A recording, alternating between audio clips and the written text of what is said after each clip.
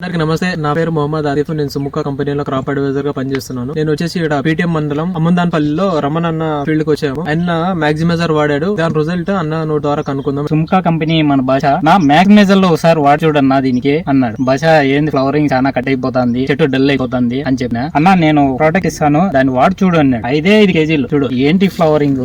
అంతకుముందు చాలా డల్ గా ఉండింది, చాలా అంటే ఫ్లవరింగ్ చాలా డ్రాప్ అవుతానింది.